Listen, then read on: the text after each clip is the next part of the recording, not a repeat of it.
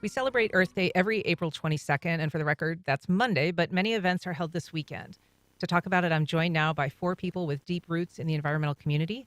Anne-Marie Moquin, founder of Beaches Go Green. Hey, welcome. Hi, thank you for having me. Thanks for being here. Meredith Jespersen, development director for the St. John's Riverkeeper. Hey, Meredith. Good morning. Samantha Ryan, president of Sisters of the Sea. Hey, Sam. Hey.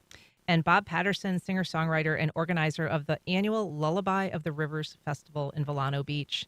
Welcome. Good morning. Thank you. Bob, we were just hearing your song about the Lullaby of the Rivers, and talk a little bit about your love of Florida's wild places, and how do you mark our progress in Florida in terms of protecting that legacy? Well, I always kind of consider myself to be a spokesperson for the wild heart of Florida, and I've been here for more than 50 years, and I've seen the degradation of our environment. So it's kind of the stand I'm taking is trying to make people aware of the great injustice that's being done to our environment. And the Lullaby of the Rivers, it is a tribute to Florida's rivers, particularly the Apalachicola, the Ichetucknee, the Ocklawaha, the Kissimmee. These are all names that were given to those water bodies by Native people. And this song is also an invitation for people to embrace kind of that approach to interacting with nature. It is. We're really strong about experiential education. We really focus on children, because if we don't teach kids about the environment, they won't grow up wanting to protect it. Mm-hmm. That's it. Anne-Marie, what sparked you to create Beaches Go Green and start your own environmental organization as opposed to joining one that already existed? I was really driven by wildlife, and I have a passion for nature.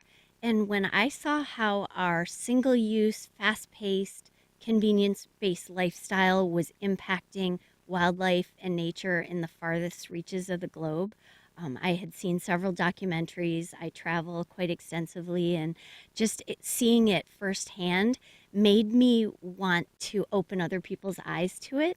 And I started out just thinking, if we could educate people, most people, if they know better, they want to do better. And that's what we're all about, education. And so you do cleanups pretty regularly at the beach, and that's one of your focuses. The theme of this Earth Day is the planet versus plastics, and plastic pollution is a lot of what you see. I mean, anytime you go to the beach, there's trash to be picked up. A lot of it's plastic. Absolutely. We see a ton of plastic pollution. And the numbers aren't great when it comes to plastic. So there's more than 380 million tons of plastics produced every year. There's more produced in the last 10 years than in the entire 20th century. And 500 billion plastic bags made last year, one a minute. Meredith, you do a lot of cleanups with the Riverkeeper. You have a couple scheduled around Earth Day as well. What role does that play, and what do you see in the world of plastics, single-use plastics especially? So we just did a cleanup yesterday, actually, at a small park in Mandarin, and it was amazing how many just Gatorade bottles, especially the caps, are left behind. People don't think about it. They just toss it, or they think it's in their car and it flies out when they drive. And those are what easily get into our waterway. And we even had a gender reveal party, apparently, that happened at the park. And the metal and plastic confetti that was all over the field that people just left behind and didn't even think about that their one moment of joy is this lasting impact on our environment. Caps are, I would say, the new cigarette butts. There's not as much smoking as there used to be. And that used to be, and it still is a problem at the beach, but man, those caps are everywhere, Sam. Absolutely. Absolutely. I saw a statistic that there are 100 billion plastic bottles sold last year just in the United States. That's 300 bottles a person. So, finding a way to not to consume at that level, Bob, is a big part of, preventing that type of pollution. It's really difficult for us, right? We're putting on a festival where obviously there's going to be food and vendors and that kind of thing. So we insist that people use paper-based products. There's no water bottles allowed. We have water stations where people can fill their own jugs.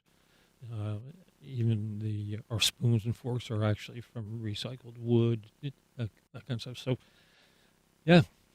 Yeah, but you really have to kind of be aggressive about that. And it's interesting to implement like a no water bottle policy because it's so hard. I mean, from, doing events, Beaches Go Green will be at, the Donna Marathon and helping to clean up and make sure that waste doesn't just get thrown around. But people are in a hurry. They want something convenient, and it's really hard to dissuade them from just grabbing a water bottle. Absolutely. But when we educate them about the harmful chemicals in plastic that leaches into our food and drink, we can encourage them to choose reusable and drink out of glass or metal bottles. It's way more helpful for them personally, and it's better for the environment as well. It's lot getting a less little waste. bit easier. I mean, there are a lot of places now that have water bottle filling stations, Hmm. and Absolutely. it does make it easier. But Meredith, what does your organization do to try to counter the narrative of just plastic consumption? So one thing that's interesting that we are really partnering with businesses that use a high level of plastics to get them to reduce the number. For instance, with TPC Sawgrass, they used to put water bottles in every foursomes golf cart. And we worked with them starting last year that they don't do that anymore. They get reusable water bottles instead. And they put filling stations throughout the course. And they went through an insane number of water bottles every year. So for them, it's also a cost measure to not put water bottles in every cart. And then it's also a great environmental impact. So working at the source with people who are, high consumption and changing the habits is really helping. It's not just plastic waste, too, Samantha. I mean, one thing that people don't realize is that for every bottle of water, it takes 6 bottles of water to make that product. I mean, it's resource intensive, even if you're not just talking about plastic waste. So your group spends a lot of time in the water. We do. We do. Sisters of the Sea started in 1997 with the mission of friendship, wave knowledge, and beach improvement. We simply wanted to show everyone that anytime you're at the beach, you can take time to pick up garbage. It doesn't have to be fancy. It doesn't have to be a huge cleanup, but leave it better than you found it. And you do that pretty regularly. You have surf lessons that, also are about giving back to the community, teaching people to surf who maybe have been through a cancer Well, treatment. certainly. We do. We give back in a lot of ways. We've been giving to the breast cancer cause for over 26 years, but it's twofold. On the first Sunday of the month on the north side of the Jacks Beach Pier, 8 to 10 in the morning, we all gather to surf and clean up the beach. So we have a monthly beach cleanup and a surf session, and we'll help others in the water learn how to surf, or we'll just all surf together. It's women in the water. It's a lot of fun. And then we also have an event June 8th called Sisters and Survivors, a day of fun in the sun, where we give free surf lessons to cancer survivors, and it's women working with women. It's 2 volunteers per person in the water for safety, and we partner with Saltwater Cowgirls, and it's truly a day of magic. We get these ladies standing, and it's really about celebration and Does having fun. most everybody get up on the board? They do. Yeah. It's impressive. I love it. If you're just joining us, we're talking about the 54th Annual Earth Day with a group of environmentalists, all of whom have some events surrounding the holiday. We also have a call. Jody from Jacksonville. Good morning. Hey, Welcome to good First Coast morning. Connect. Good morning. Great show. Thank you so much for taking my call, and thanks for talking about our Mother Earth.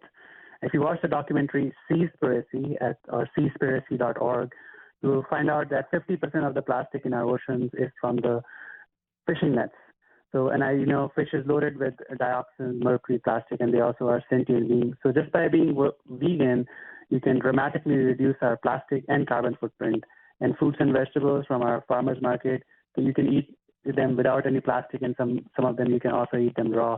So please consider going vegan for the Earth Day. It's great for our health, kind to the animals, and great for our environment. Thank you so much. Thanks, Jody. Certainly, one of the main impacts impacts on the environment is, meat-based consumption. I mean, that is separate from plastics entirely, but it has its own serious footprint. How do you suggest people reduce their consumption of plastics? Are there strategies in terms of like how we buy things, other than just as Bob was saying? I mean, there's certain products that feed right to that, like a more disposable fork, not a plastic fork. But what do you suggest, Anne, when people are trying to like clean up their act? Absolutely. So one of the easiest things that people can do is to buy in bulk and think reusable. So you can have your own reusable containers. You can buy in bulk, which is typically more cost effective, and then you can make your own small serving sizes when you're packing a lunch or bringing a snack. Um, those kinds of things, choosing reusable over single use is something we promote really heavily, and that is a great way to reduce your plastic footprint. Avoid those impulse buys from like the dollar store or the areas at Target that, just seem irresistible. A lot of those things aren't intended to last. And another big impact that we talk with a lot of our teenagers and our club members about is fast fashion. So the fashion industry has become a major polluter and actually is the second most polluting industry behind the oil and gas industry. So we encourage people to buy higher quality items that are more sustainable, repeat outfits and wearing, repair over, throwing away. So there are so many ways you can do something that works for you. You don't have to go all or nothing. Like they say, we need a lot of people being more eco-friendly and perfectly than a perfect environmentalist or eco-friendly person. I think a lot of people think that fast fashion or even used clothing has a home. If they're not going to use it, they'll take it to the Goodwill or they'll take it to a consignment store and somebody will end up using it or wearing it. But that's really often not the case. No, the majority, I don't have the statistic handy, but there's a majority of any of the clothing that we donate that ends up landfilled. And a lot of it is shipped overseas, and there are people who resell it, and then it ends up landfilled in countries that are even less capable of handling the waste, which unfortunately happens not just with our clothing, but a lot of our other waste where we ship it overseas and it's polluting the other side of the planet. Meredith, we talk about single-use plastics, but I think a great frustration for a lot of us is not single-use plastics that don't have any lifespan. So you'll be buying, a large plastic, a vacuum or something that is going to last on this planet forever, and it lasts just a very short time before it breaks and needs to be replaced. Is there anything being done at those, to try to persuade a more sustainable, longer-lasting product line, or is that just cutting into profits of companies?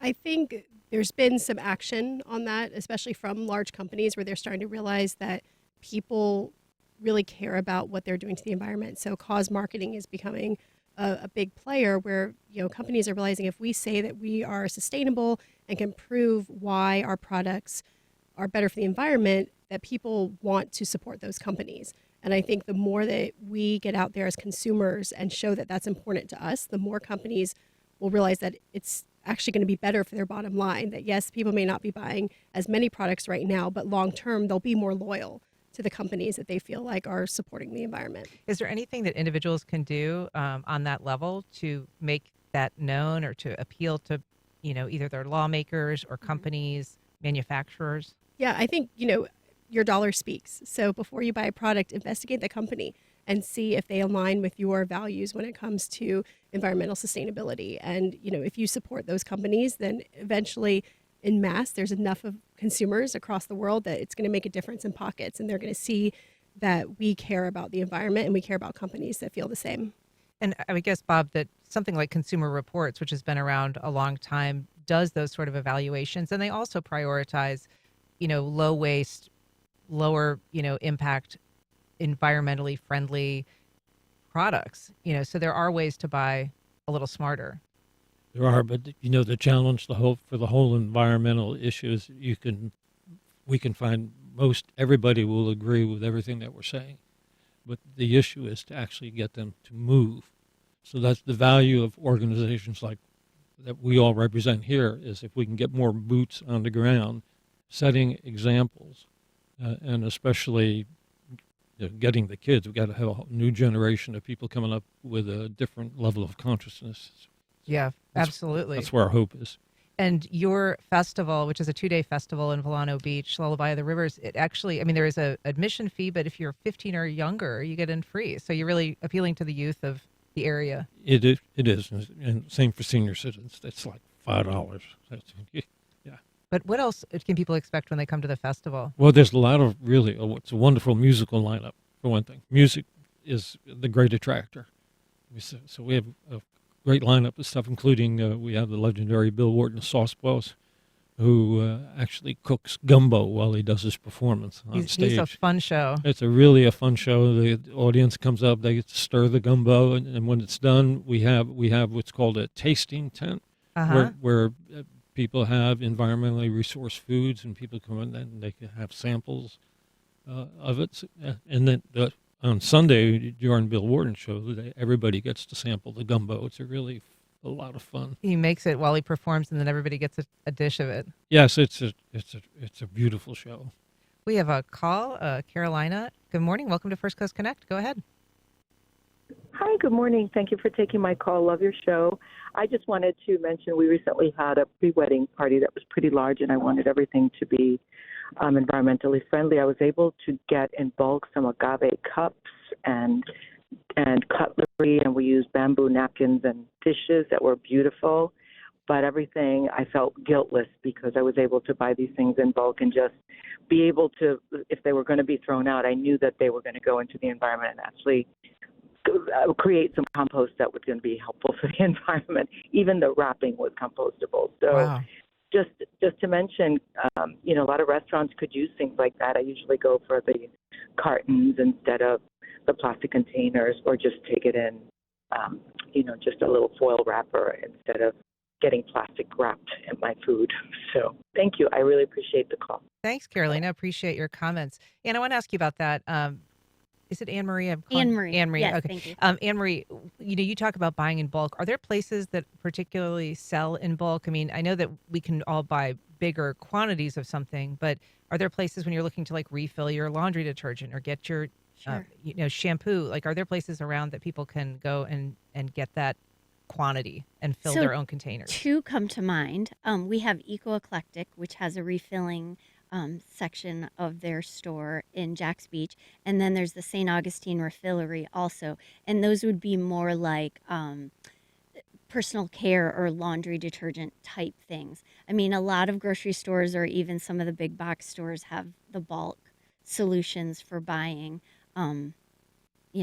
to be able to save and prepackage. Yeah, it seems like there was a period where there was more bulk stuff available, and it's sort of dwindled again. Meredith, I don't know. Is that just a perception? It seems like it's feel harder to like, find. yeah, I feel like you're accurate. There was a trend for a while where you could go into different places and buy in bulk, and that seems to have gone away. I know when it comes to food, you have a lot of the organic grocery stores now where you can buy in bulk. I know locally the Farmery has a great bulk selection of grains that you can go in and pick, and spices. So it's a matter of looking locally and doing some footwork before you restock your house. I think COVID might have been a setback for some I of that agree. stuff I too, agree. because you're sort of like in a shared container. Absolutely. So, what do you think? Do you recommend, Meredith, when it comes to working on the kind of recycling that we do? I mean, I think very little of the plastics that we use, maybe as much as 95%, does not get recycled. And there's, I think, a misunderstanding. People believe that it is recyclable because it has a recycle symbol on it. That doesn't necessarily translate into reality, though. Exactly. And a lot of it depends on where you live as well. Different communities, especially throughout the listening area, have different recycling programs. And some are really excellent and do sort materials perfectly. Others do not. And so I don't want to, say who does what, but you really have to be conscious of where you live. It might be worth taking your recyclables to a center directly and not having them picked up curbside if you feel like it would make a greater impact. So making sure that you as the consumer is the responsible one and you take that effort and not put it in the hands of others if you want your materials recycled appropriately. It does seem, though, that there's, at some level this has to happen, Bob, on a larger scale as opposed to just individuals. Some of the change should be structural, regulatory. I know that there's some communities that have looked at, requiring that the end use be actually recycled as opposed to leaving that to the consumer, kind of putting more onus on manufacturers.